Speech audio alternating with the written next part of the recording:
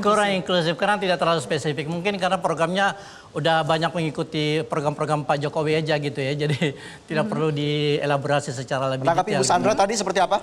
Nah, tanggapan untuk Bu Sandra, saya kira apa yang kita ingin capai di dalam visi misi pasangan Anies Baswedan dan Muhaimin Iskandar adalah menciptakan satu ekosistem sosial di mana seluruh kelompok sosial itu memiliki akses yang sama, dan ini adalah fondasi dari yang namanya keadilan. Dan keadilan adalah bagian dari visi misi yang ingin dicapai oleh Paslon Amin. Ya. Dan ini akan kita terapkan di berbagai sektor, baik itu pendidikan, kesehatan, lapangan pekerjaan, dan tentunya akan ada program-program yang memberi perlindungan terhadap kelompok-kelompok yang rentan, seperti misalnya lansia, ya, kemudian kelompok difabilitas, dan kelompok-kelompok lain, di mana seperti yang disebutkan secara spesifik di dalam visi misi Amin, setiap kelompok rentan itu akan mendapatkan perlindungan dari negara sesuai dengan kebutuhan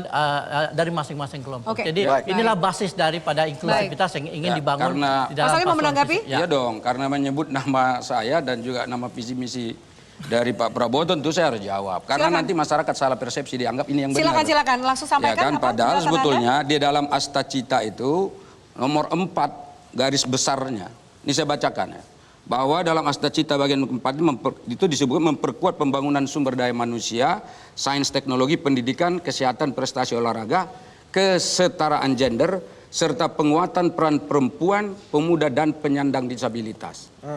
Jadi yang dimaksud bersama kelompok lain. Ini loh. Betul. Jadi tidak spesifik tentang perempuan. Kok nggak spesifik? Gitu. Peran perempuan ini masih grand besarnya. Kan ada 8. Yang keempat itu ini. Nanti di rinciannya itu lengkap. Malah dijelaskan semua, ya, termasuk misalnya hak pekerja perempuan, gitu. Bagaimana perempuan misalnya lagi hamil, menyusui dan seterusnya. Dan ingat, misalnya kasih makan siang gratis dan seterusnya, itu kan keberpihakan kepada anak-anak sekolah, yang dimana orang tuanya yang tentu dalam hal ini adalah ibu-ibu yang harus kita kawal, sehingga dengan demikian anak-anak mereka jadi anak-anak cerdas, anak-anak pinter yang mampu membawa perubahan bagi bangsa Indonesia yang ke depan. Silakan Mas Reza, sebelum saya ke panelis, jangan menafsirkan visi misi kami secara sepihak, tidak benar. Aktivitas dari yang namanya makan siang, makan pagi, makan malam itu adalah tugas keluarga, di mana perempuan dan program makan gratis, makan siang gratis itu bukan hanya dilakukan oleh Indonesia dan sudah berhasil dilakukan oleh negara-negara lain.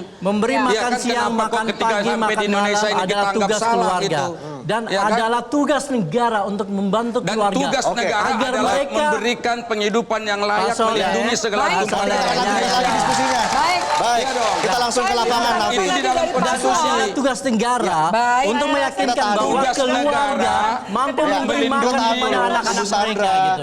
Jangan tugasnya negara lalu menggelontorkan 450 triliun yang kita tidak tahu bagaimana mekanismenya. Kita bahas soal bansos nanti. Bersiap untuk bisa menyampaikan apa yang menjadi gagasan, apa yang menjadi rencana, dan mudah-mudahan nanti bisa dipahami dengan baik. Selain dari pendidikan Pak Anies, yang isu lain termasuk fokus dari Pak Anies sendiri atau menyamakan semua tema hari ini? Ya, kita harus semuanya ya. Nggak bisa satu dua, dari kita kan tidak tahu juga apa pertanyaannya nanti. Jadi kalau maju ke acara diskusi seperti ini, seperti saya datang ke acara Desak Anies, nggak tahu mau ditanyain apa. Bisa ditanyain apa aja. Spontan berarti ya. Oke. Kalau saya boleh cerita Pak Anies, saya dari Nias, Sumatera Utara.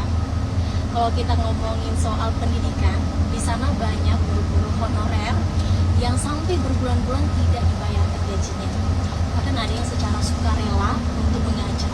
Di sana mereka benar-benar dari hati, namun juga mungkin mereka juga mengharapkan sesuatu ya dari pemerintah.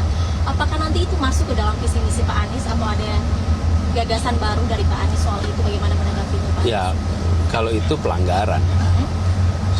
Namanya hak ya harus diberikan secara tepat waktu. Jadi kalau ada kejadian seperti itu tidak boleh dibiarkan. Bagaimana mungkin seorang guru mengajar dan gajinya tidak dibayarkan berbulan-bulan? Ada yang salah dalam sistem. dan harus ada yang bertanggung jawab. Jadi dikoreksi dan yang bertanggung jawab dikenai sanksi supaya peristiwa seperti itu tidak berulang lagi. Tidak boleh ada guru atau pegawai yang bekerja dan tidak menerima gaji sesuai dengan jadwalnya. Itu tidak boleh terjadi ya. Itu bukan urusan pendidikan, itu urusan administrasi yang tidak dijalankan dengan benar. Dan bidang apapun tidak boleh. Kan rumusnya kira-kira kalau sebagai seorang muslim, bayarlah upah buruhmu sebelum kering keringatnya. Lah ini sudah kering berkali-kali, gajinya nggak dibayar-bayar. Salah itu. Itu harus ada tadi koreksi, bayarkan, lalu yang bertanggung jawab beri sanksi supaya nggak berulang. Benar-benar.